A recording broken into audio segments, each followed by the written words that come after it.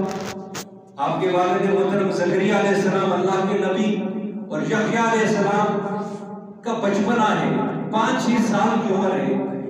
دوستو یہ وہ عمر ہوتی ہے جس میں بچوں کو موت کا پتہ ہی نہیں ہوتا، قبر کا پتہ ہی نہیں ہوتا، لیکن یحییٰ علیہ السلام 5-6 سال کی عمر ہے تو آپ گھر سے نکل جاتے، 5-5 6-6 دن جنگلوں بیابانوں میں گزارتے، والدہ پریشان ہو جاتی۔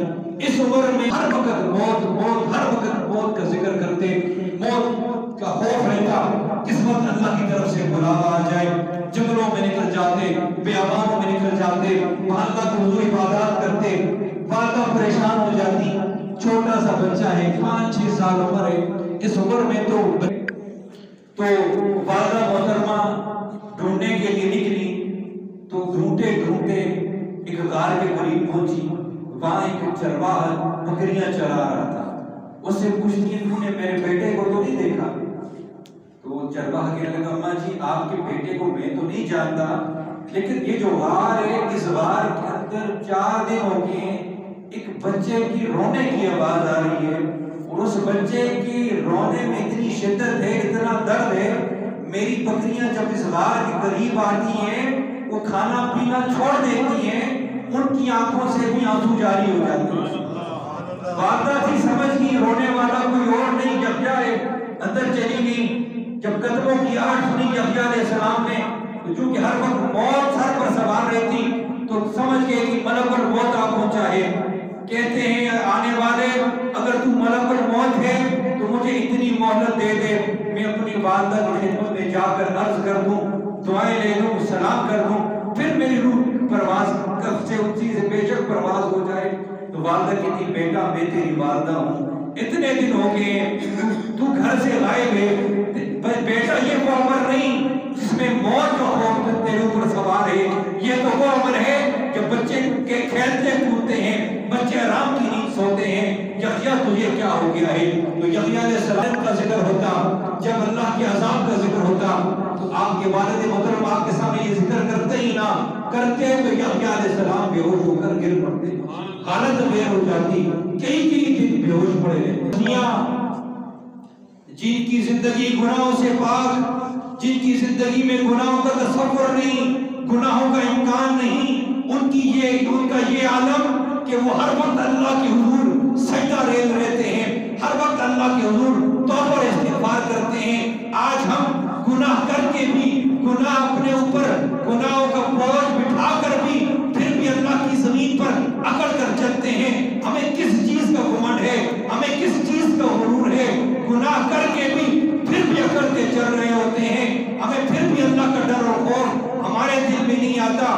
دوستو یہ زندگی چند روزہ ہے، عارضی ہے، فانی ہے، یہ ہم نے دنیا سے چلے جانا ہے، لیکن گناہ بھری زندگی گزار دی تو آخرت میں پشیمانی ہوگی۔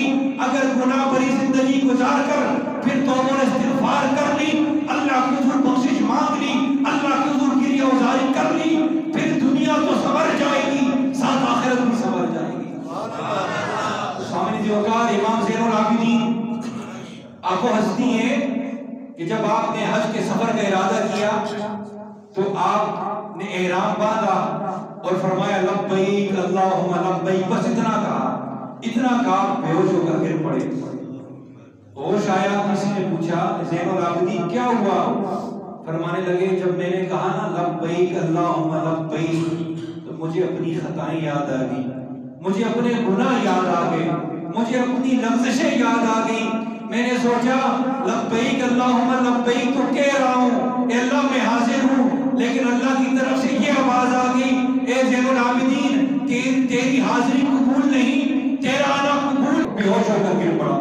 پھر یہ وہ امام زین العابدین ہے، سین حرم میں موجود ہیں اور غلاف کعبہ کو پکڑا ہوا ہے، غلاف یہ وزاری کر رہے ہیں، اللہ کے حضور رو رہے ہیں۔ اب جو طواف کرنے والے ہیں ان کی توجہ کا مرکز بن گئے، رات گزر گئی، سحری کا وقت آ گیا، امام زین العابدین اللہ کی حضور گریہ وزاری کر رہے ہیں اور کہہ رہے ہیں اللہ اس زمین پر اتنے مٹی کے ذرات نہیں جتنے میرے گناہ ہیں، باری تعالیٰ اس زمین پر اتنے درختوں کے پتے نہیں جتنے میرے گناہ ہیں، باری تعالیٰ میں گناہوں میں لت پت ہوں، گناہ میرے اندر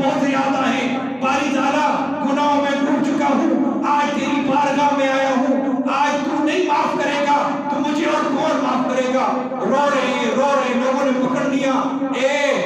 خانہ کعبہ میں آ کر غلاف کعبہ کو پکڑ کر زاروں کی تار رونے والے، تو ہے کون؟ تجھے اس گھر میں آ کر پھر بھی بخشش کی امید نہیں. جب لوگوں نے چہرے سے کپڑا اٹھایا تو دیکھا امام زین العابدین. لوگ غش کھا کر گر پڑے.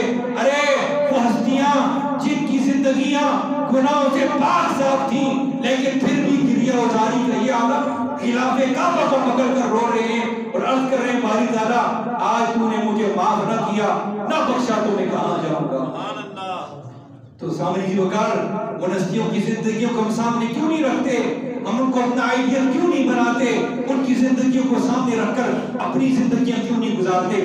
اللہ کے ایک ولی کے وصال کا وقت قریب آیا.